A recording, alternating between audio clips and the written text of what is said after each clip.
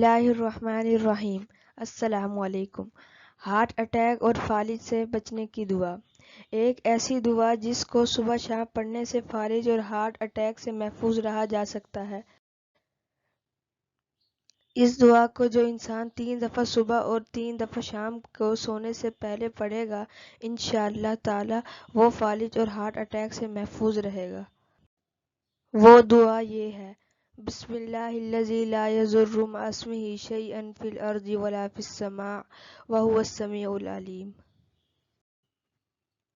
دل میں گھبراہٹ ہو۔ اگر کسی کے دل میں گھبراہٹ ہو تو اس آیت کو 3 مرتبہ پڑھ کر سینے پر دم کریں، انشاءاللہ آرام مل جائے گا۔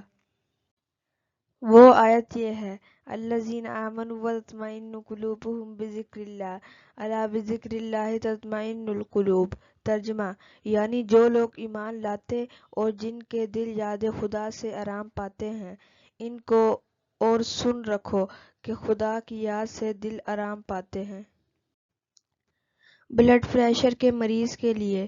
بلڈ پریشر کے مریض اگر اس آیت کو روزانہ 101 مرتبہ پڑھتے رہیں تو انشاءاللہ ضرور فائدہ ہوگا۔ وہ آیت یہ ہے: والکاظمین الغیظ والعافین عن الناس واللہ یحب المحسنین۔ ترجمہ: اور غصہ کو روکتے اور لوگوں کے قصور معاف کرتے ہیں، اور خدا نیکوکاروں کو دوست رکھتا ہے۔ Thanks for watching. Subscribe my channel. Click the bell icon for more information.